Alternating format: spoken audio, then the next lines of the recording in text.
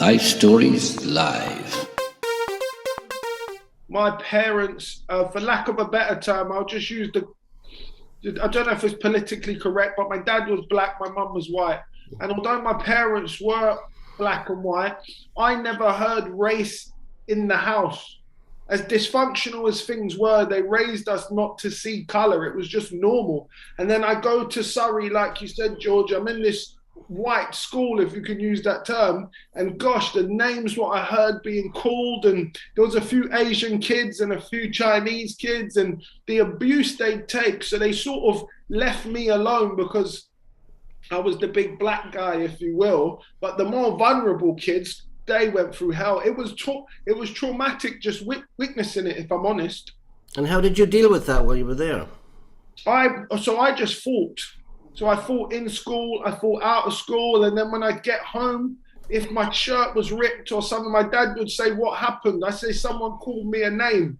And my dad would then say, "Did you hit them?" So even though I didn't want to be this vicious chap all the time, I couldn't get away from it. Mm-hmm. Every area of my life was just violence. And did you feel remorse or when you did this? That's such a good question, George, because at the younger age, I knew I didn't want to fight, if that makes sense. But I didn't know what else to do because my dad's encouraging me, my brothers are encouraging me. And then in school, I remember once I told the teacher, this is the honest truth, I told the teacher, and he said, "Look how big you are. Why don't you just hit him? What are you moaning about?" Yeah. And that's the honest truth. So I felt so conflicted with my emotions because I didn't want to hurt people, but I just had to. So you turned 16 anyway. You said you started smoking cannabis. How were you introduced to cannabis? A chap in my class, he was buying weed off of my elder brother, one of my brothers, and he suggested I give it a try because I was smoking cigarettes at the time. So he said it's the same thing, and I smoked cannabis for a number of years, and that's how I got into it. My best mate at the time. And at the particular time as well, your father died when you were 16. How did you feel when that happened? Yeah, very conflicted because, like I briefly touched on earlier, my dad was he was such a barbarian that he made us feel safe, if you know what I mean. He really had, his presence was almost like animal-like. When you watch these programs of these gorillas and, the atmosphere they have. My father was a lot like that, but he never had an off switch. Right. I just wish he showed us some love. I can't even recall now. I'm nearly 40 and I just can't recall my dad showing me any love, really. Mm-hmm. But you'd also said actually at the time, they said home was not a safe place. Why did you think home was not a safe place? Because it wasn't. My dad would, once I was laughing, if I can quickly share this, once I was laughing at one of my brothers and my dad looked across and I couldn't stop laughing just because my brother made me laugh. And my dad swiped everything off the dinner table onto the floor and told me to pick it up. I was the only one he didn't regularly beat. He beat everybody else. I got a beating, don't get me wrong, but he regularly beat my mother and my siblings. And how did your other brothers feel about this? Did you ever discuss this with your brothers? Or was it just something you lived with? We were all dysfunctional. We've all been involved with the law one way or another. Some have been incarcerated, some haven't. They all took drugs. I never went on to take drugs. Shamefully, I only sold them. I smoked cannabis, but the other hard class A drugs I never took. I just sold them. So you became so successful at selling the drugs, and you said you were in flash cars and £300 jeans. Do you still wear those £300 jeans? Oh, I wish I had. I knew where they were. When I came to faith, I was so struck, to be honest with you, that I gave a lot of that stuff to charity, and the stuff I didn't give away over time because I didn't realize I was making on a Friday or a Saturday night I was making £3,000 to £5,000. But when you're making £5,000 on a weekend, your lifestyle takes a lot of money. So when I came to faith, I worked in a cafe shop selling coffee for £6 an hour. So I went from, three to £5,000 a day to £6 an hour. And was that a humbling experience for you? Good gosh, it was. I tell you what's amazing, George. I had, at the time, if I can quickly share this, when I got a job in the coffee shop, the area that I worked in, there wasn't any public parking. It's just it sounds bizarre, but it's just how the area was. It was on a high street and you wasn't allowed to park. So I had at the time a Range Rover, a sports Jeep on the drive, which was about 55,000, and I had a convertible Audi on the drive, which was about 45,000, and I couldn't use either of them. And this was when I was a Christian because I couldn't drive them to work. So I used to walk 3 miles in the morning and 3 miles in the evening to and from work. And I remember very early on when I said, gosh, imagine God showing me that these things, as expensive as they are, they're worthless because you can't even use them. Imagine that. And at what point did you get rid of the cars then? Very quickly because, like I said, the transition, I had to get things like a bus pass, and I had to learn how to use an Oyster. And I was just using my Oyster like I was just, it's so much money. I think you better explain to some people who are listening what an oyster is. Yeah, absolutely. So it's in London, in particular areas of London, we have what's like a plastic credit card, but you can top it up with cash in the shops. And then you can go on any public transport you want as long as you've got money on this travel credit card. But having sold the cars and whatnot, I was using this thing like it was just a free passport. I was jumping on and off everything because I didn't know how to use public transport.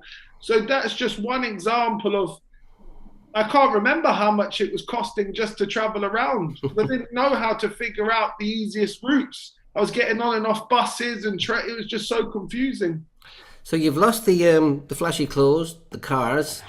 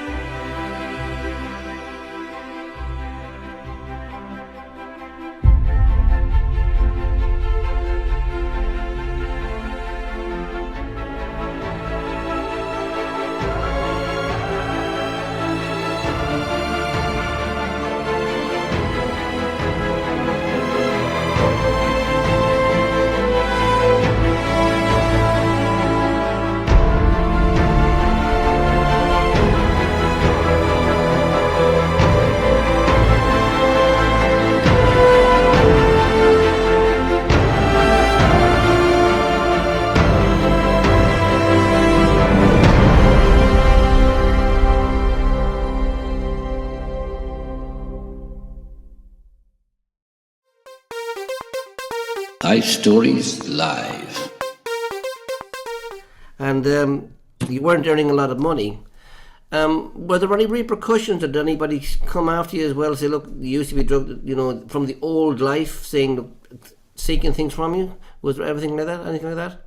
I think what had happened by the time I became a Christian and found faith and encountered Jesus, my social circle was very small. So my business associates, if you could call them that, I could count them on one hand. So it wasn't a case where I was a threat, because I'd like to think if you respected me then, you'd still respect me now. I'm a Christian. I'm not a fool, and they knew that. So the only difference was they thought I was crazy. They didn't want to hurt me. They just thought I went mad. Yeah. So you went to this first Alpha course, and I mean, the lady shook your hand. Yeah. The second time she hugged you. Did that actually disarm you when this happened? Yeah. Oh, great, George. Yeah, absolutely. You can only imagine. Like I said, I can't even remember hugging anyone. You know, even my girlfriends at the time, I wasn't an affectionate person. That wasn't a language I knew how to use. So when she was being so genuinely nice, and she didn't have a plan, she was just being, that's who she was. So it's totally disarming. And you said, of course, you were impressed by the manager in the council. Have you ever spoken to him since? Actually, I have. He's given up his job within the council, and he is pursuing priesthood also. Wow. Yeah. So anyway, you went to the Alpha courses. You were smitten by Jesus. Yeah. You asked him into your life. Okay. I know you told us a little bit about how the family reacted and your mother. Tell us a little bit more about how your brothers actually reacted when you told them you were a Christian. Yeah, I'm the only one in my immediate family who's Christian. Mm-hmm. So they literally, when I say people thought I was crazy, people literally were saying, the word on the street was, I've gone mad. So, and of course, I've been struck by Jesus. So I'm trying to tell people, I'm thinking, you know, why don't they believe me? I'm trying to tell people of this experience I had and how my life was beginning to change right before my eyes. And they just couldn't understand. I don't think they understand to this day, but because it's been nearly 8-10 years, something like that, they're a little bit more, you know, lenient now. But you also mentioned, of course, in your time with the drugs, you remember people dying and overdosing and stuff like that. And how is your view on life now that you're a Christian? How did you feel then? You said you walked in the midst of death, you said. Yeah. So people have, you know, they tried to stab me.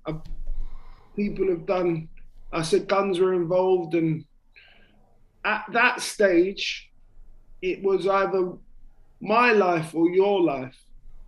And I have no intention of letting it be mine. And I say that to say this, we don't realize how precious life is. Life is such a gift. You have one life and it goes by so quickly. You know, don't serve everyone but God. You know? Yeah, okay. Now you mentioned the guns, and the book behind is Guns to God. Did you ever have to use a gun yourself? I have used firearms. Mm-hmm. And how did you feel afterwards? Did you feel scared or upset, or, you know, how did it make you feel? A mix of all of the above. So you definitely have a fear, but also your blood is just pumping so fast that it's just it's a bit of a bust. You get a bit of excitement by it. And then of course you're very fearful. You're scared because you don't know what's going to happen next and what the repercussions will be. So yeah. Did you ever feel in that situation that you just couldn't get out of it? You were basically locked in, and there was just no other way to life. Did you ever feel like that? That was all I felt. That was it. I couldn't. When I was sort of like 16, 17, I tried to get a job on a couple of occasions, and I didn't. They wouldn't, because you got no qualifications. Mm-hmm. And then I remember once I got a job in a fast food restaurant, and I was only there for a couple of days because my attitude was I was so dysfunctional. I wasn't teachable. Mm-hmm. So yeah, sorry, George. Continue. That's okay. I was going to say, did you ever have anybody whatsoever that you could turn to talk to in those days? Most people have a good mate, or, you know, somebody they can talk to. Did you have anybody like that? No, I was selling drugs to my best mate. So my mum would be my mum was my best friend, and she was trapped too. And I started. I was getting therapy when I was 27. And imagine at the age of 27, the therapist said, Claude, anger and aggression are two different things. And I said, what do you mean? As she said, they don't go hand in hand. You don't get aggressive because you got angry. And imagine I was 27 years old. I was a grown man, and I just found out. Up until that stage, if someone got me angry, I'd get aggressive. Did you think that was the answer to everything? Absolutely. Absolutely. One way or another. Now, you said also that you've got a great partner now, someone to confide in. Tell us a little bit about your partner and how you met her. I met her at church. That's a good start, isn't it? Yeah. I was at a new church plant.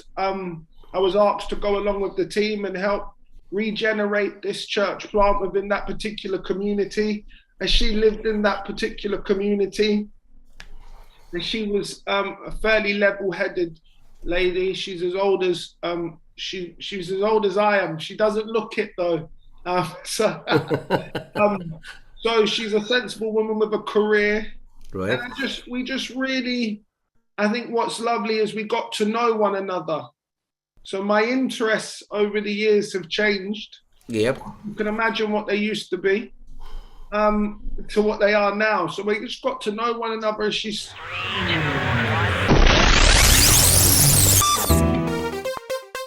Lifestories Live. She's such a patient woman. She's taught me so much. She took me to places I never thought I'd get to see. And her family is so embracing. Gosh, I can't believe it. And at the moment now, are you still using your Oyster card, or have you bought yourself a car or something? I've got a very cheap car, but I still own it. I've still got a travel card. I've still got the Oyster. Yeah. And do you get to speak to people that say when you're travelling on the bus or the tube? Do you ever get to mention Jesus to anybody on the bus or anything like that? What has been a real gift is, should I get into a conversation with somebody, as you often do when you're in the shops or whatever, and they say, what do you do? And I say, well, actually, I'm a priest. I'm training to be a priest. They say, oh, how did that come about? Yeah, so I get to share my experience of Jesus quite regularly, and you can see behind me I wrote the book. Yeah. And that's done better than I ever imagined it would, so praise God. Are you still living in the same area of London where you were born? Or sorry? No, so I'm living in a similar area of which I went to school in that area, but I'm no longer in where I was born. Okay. Did you ever meet any of your old schoolmates and say, hey, I remember you when you were XYZ? Yeah. So what's funny is, since social media has become so popular now with Facebook, and all sorts of people are popping up whom I went to school with, both sides of the fence, the guys from the more rougher estates and the guys from the racist school, and they all see me on Facebook and whatnot, and yeah. Excellent. Now, you said you were always good with the decisions that you made in life. So the one question I ask all the guests on this particular broadcast is, what is the best decision you ever made in your life? That would definitely be to follow Jesus. I know it sounds cliche. I know it does. I had nothing left to lose. So it was a decision. I said that day, I felt like, if you're going to do it, now is the time to do it. And I did it. And I'm so thankful I decided to do so. Excellent. Now, thank you for answering the questions. But one last question I have for you is, where is the book available? Thanks, George. The book's available online. Amazon is always a good place. But if you Google it, Guns to God by Claud Jackson is pretty readily available. And would you recommend the book?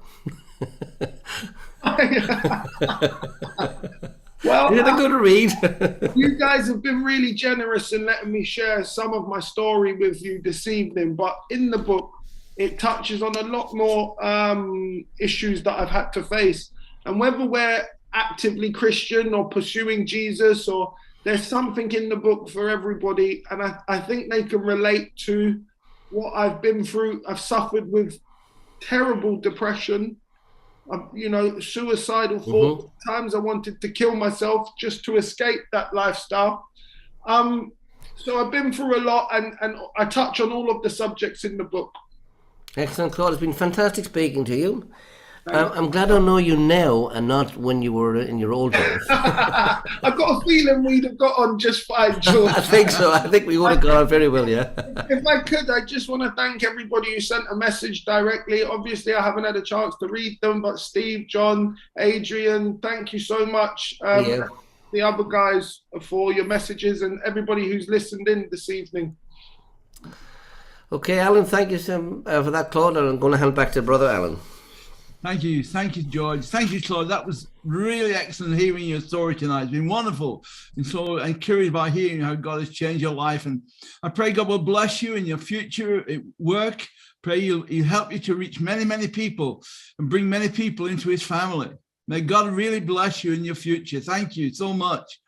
So tonight, if you have heard that story and want more help, then you can contact us on our hotline +44 794 355 0287.